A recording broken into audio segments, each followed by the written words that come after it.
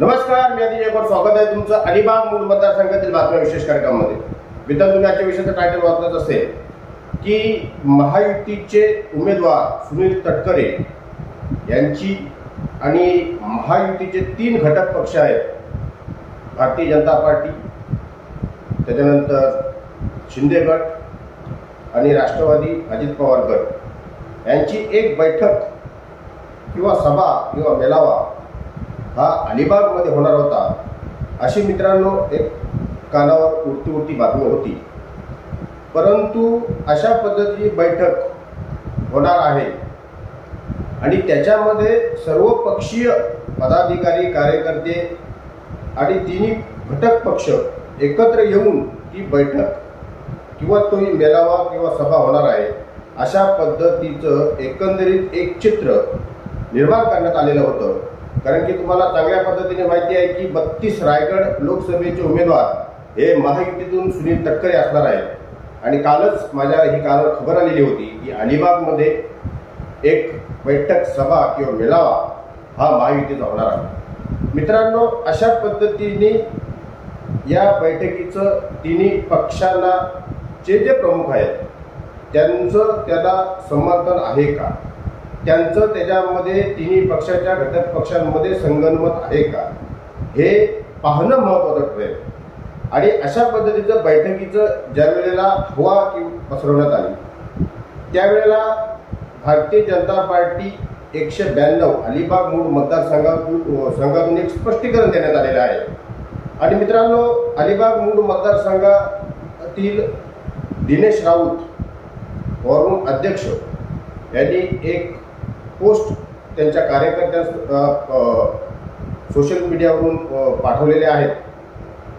ती पोस्ट काय मित्रांनो, ती पहिल्यांदा वाचून दाखवतो, तुमच्या स्क्रीनवर पण येईल. 192 अलिबाग मूळ रोहा विधानसभा मतदारसंघातील भारतीय जनता पार्टी व सर्व पदाधिकारी, कार्यकर्ते यांना कळवण्यात येते की लोकसभा निवडणूक डोळ्यासमोर ठेवून 32 रायगड मतदारसंघातील 3 पक्षांची बैठक आयोजित करण्यात आली आहे असे समजते. म्हणजे हे हवा होती. सदर बैठकीचे नियोजन कोणी केले, ठिकाण, वेळ याबाबत प्रत्यक्षात काहीच कल्पना नाही. तसेच आपल्या पक्षातर्फे किंवा वरिष्ठ स्तरावरून याबाबत कोणत्याही सूचना दिल्या गेलेल्या नाहीत. तरी सर्व पदाधिकारी, कार्यकर्त्यांना विनंती आहे की अशा प्रकारच्या कोणत्याही बैठकीस उपस्थित राहू नये. आपला असणे की दिनेश राऊत, 192 अलिबाग मूळ वरून अध्यक्ष. तर मित्रांनो, मी वारंवार सांगत येतो माझ्या व्हिडिओमधून की धैर्यशील दादा यांना उमेदवारी नाकारल्यामुळे निश्चितच 32 रायगड लोकसभा मतदारसंघातील बीजेपी फार नाराज आहे.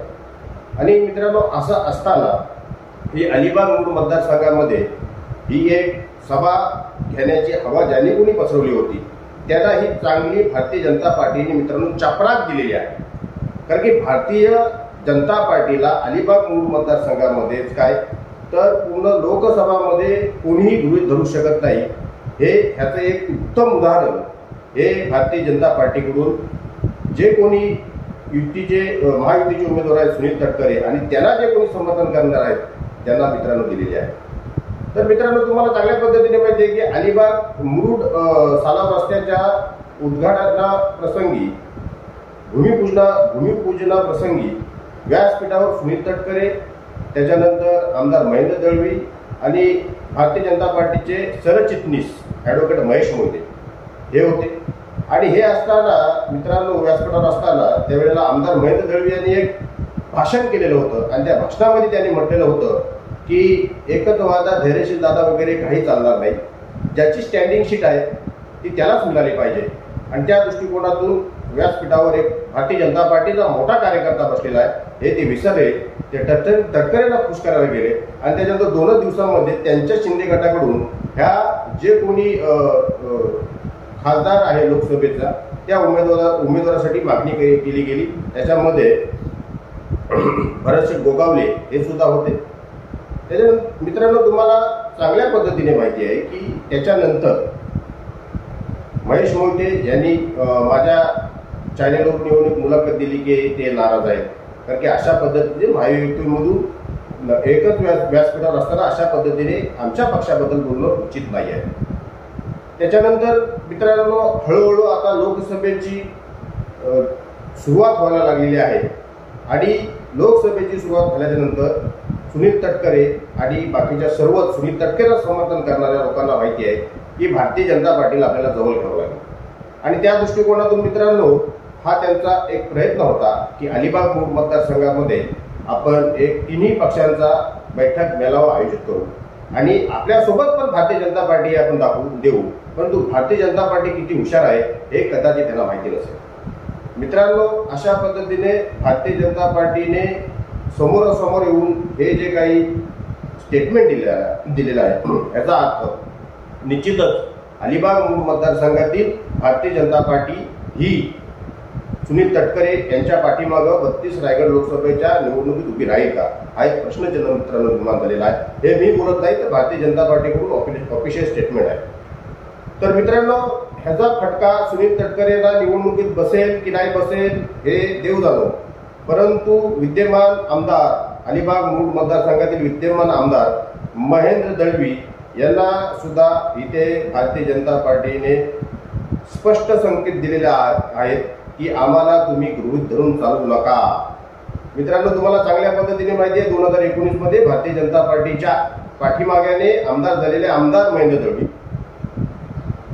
नंतर कशा पद्धतीने भारतीय जनता पार्टीला विसरले. भारतीय जनता पार्टीच्या पदाधिकारी कार्यकर्त्यांच्या हाताला कधीही त्यांनी काम दिलं नाही आणि आज अशा पद्धतीने भारतीय जनता पार्टीला समर्थन न देता भारतीय जनता पार्टीच्या कार्यकर्त्यांना पाठीशी न बाळगता ते सुनील तटकरे यांच्या पाठीमागे मित्रांनो प्रामाणिकपणे उभे राहिलेले आहेत आणि सुनील तटकरे त्यांच्या जसे काही पक्षाचे लोकसभेचे उमेदवार आहेत अशा पद्धतीने त्यांच्या प्रचाराच्या कार्यक्रमामध्ये मित्रांनो त्यांना समर्थन करताना दिसत आहेत. धनंजय मुंडे आलेले होते, ते त्यांच्या घरी कशा पद्धतीने स्नेहभोजन करण्यासाठी तटकरे यांनी बोलवलेले होते. खऱ्या अर्थाने तो त्यांच्या पक्षाचा वैयक्तिक विषय होता, त्यांच्या राष्ट्रवादीचा तो पक्षप्रवेशाचा कार्यक्रम होता, परंतु सुनील तटकरे जिंकले पाहिजे अशा पद्धतीने सध्या आमदार महेंद्र दळवी साहेब हे त्यांना मदत करत आहेत. कारण की सुनील तटकरे यांच्या जीवावरच राष्ट्रवादीच्या जीवावरच ते 2019 मध्ये आमदार झालेलं होतं असं वाटतं आता त्यांचं म्हणणं झालेलं आहे. परंतु त्यांना माहिती नाही की राष्ट्रवादी पक्ष आणि शेकाप पक्ष हे त्यांच्या विरोधात लढलेले होते आणि प्रामाणिकपणे जो भारतीय जनता पार्टी त्यांच्या पाठीमागे उभा राहिलेला होता त्यांना ते विसरले.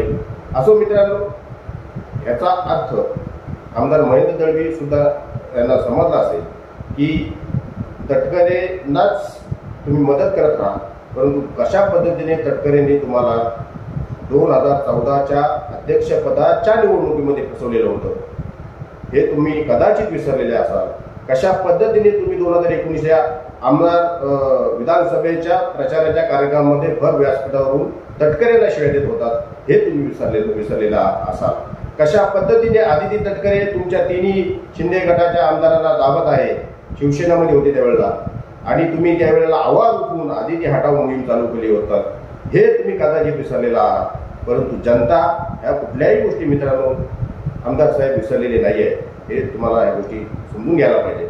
आता भारतीय जनता पार्टी हिने सरळ नकार दिल्याच्या नंतर हे जे 2 महत्वाचे नेते आहेत, एक महायुतीचे उमेदवार सुनील तटकरे साहेब आणि दुसरे अलिबाग मतदारसंघातील आमदार महेंद्र दळवी साहेब, आता अशा पद्धतीच्या तुमच्या हवाना किंवा तुमच्या थापाना भारतीय जनता पार्टी बळी पडेल असं नाही आहे आणि त्याचं उत्तम उदाहरण हे तुमच्या डोळ्यासमोर त्यांनी ठेवलेलं आहे.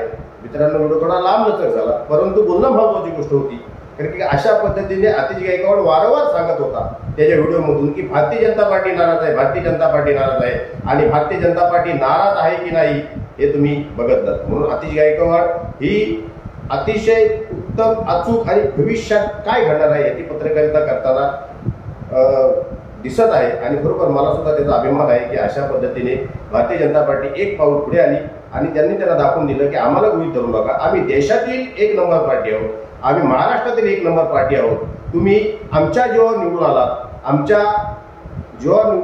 आणि आमच्या डोक्यावर नाचाल हे आता जमणार नाही. आणि खासदार सुनील तटकरे यांना सुद्धा जर आमदार व्हायचं असेल तर भारतीय जनता पार्टीची मदत घ्यावी लागेल आणि एकाच व्यासपीठावरून जर भारतीय जनता पार्टीच्या जर एखाद्या पदाधिकाऱ्याचा अपमान होत असेल आणि सुनील तटकरेने आमदार महेंद्र दळवीचे जर त्यावेळेलाच कान टोचले असते तर महेश मोदी यांना पण बरं वाटलं असतं. त्यांना स्पष्टीकरण द्यावं लागलं, मीडियाच्या माध्यमातून स्पष्ट करून द्यावं लागलं. त्याच्यामुळे भाषणांमध्ये काही बोलायचं आणि काही करायचं ही वेगळी गोष्ट आहे. परंतु प्रत्यक्षात आता निवडणुकीच्या वेळेला मतदानाची मित्रांनो वेळ येते, एखाद्या पक्षाची समर्थनाची वेळ येते, त्यावेळेला कशा पद्धतीने तो आपल्या जवळ यावा यासाठी हवा करावे, स्टंट करावे. हे स्टंट करण्यासाठी भारतीय जनता पार्टी काय दूध खुला पक्ष नाही आहे. तुम्हाला चांगल्या पद्धतीने माहिती आहे 300च्या पार खासदार असलेला भारतीय जनता पार्टी पक्ष आहे आणि त्या पक्षाने या अशा पद्धतीच्या बैठकांना वगैरे आम्हाला आमंत्रण अजूनपर्यंत भारतीय जनता पार्टीकडून ऑफिशियलरित्या आलेलं नाही आहे. त्याच्यामुळं अशा कुठल्याही बैठकीला आपण जाणं टाळावं. अशा पद्धतीचे मित्रांनो हे एक स्टेटमेंट भारतीय जनता पार्टीकडून आलेलं आहे. आता सुनील तटकरे आणि विद्यमान आमदार काय करतात की दोघे जणच फक्त शिंदे गट आणि राष्ट्रवादी गट हे दोन गटच आहेत.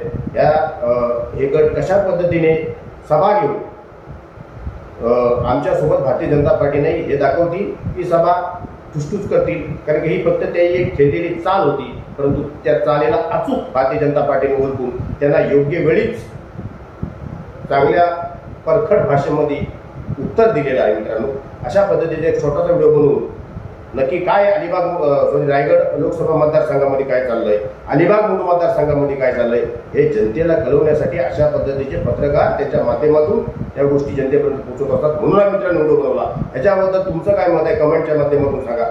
मित्रांनो जास्त काही सांगायची आवश्यकता वाटत नाही. इथेच थांबतो. जर कामाला लाईक करा, शेअर करा, सबस्क्राईब करा. धन्यवाद.